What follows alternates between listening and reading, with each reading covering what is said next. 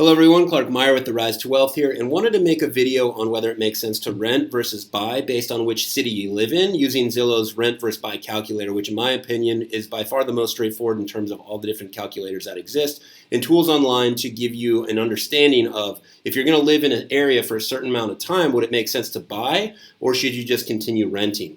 So the best way to use this is if you put in whatever city that you live in right here, it's going to automatically populate the median home price as well as the median rent for that area. So in this example, we've got San Francisco with a median home price of 1.3 and the rent is 4.3. So it's saying here that in 4 years and 7 months, it would actually be cheaper to buy that house instead of if you were to rent.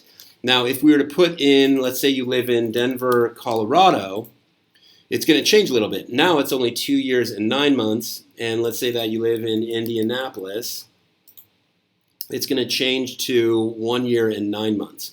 So the first thing to do is really just put in wherever you live. And I think the best thing about this is Zillow is going to automatically populate those two items there, the rent as well as the median home price. Now, what's really interesting, if we go back to our example here with San Francisco, we've got 1.3 million and the home is 4.3, but what are the assumptions behind this to give them that 4.7?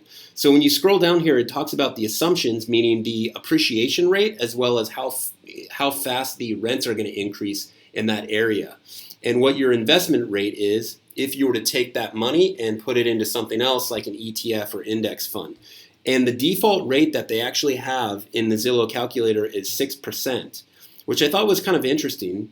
So let's say that we are able to get maybe like a 10% return on an ETF that we buy instead of this down payment. Well, if that's the case, then buying will never be cheaper than renting in San Francisco based on these numbers. So I thought this tool was really interesting. There's also some other factors that you can put in here, like what your mortgage rate or HOA fee is.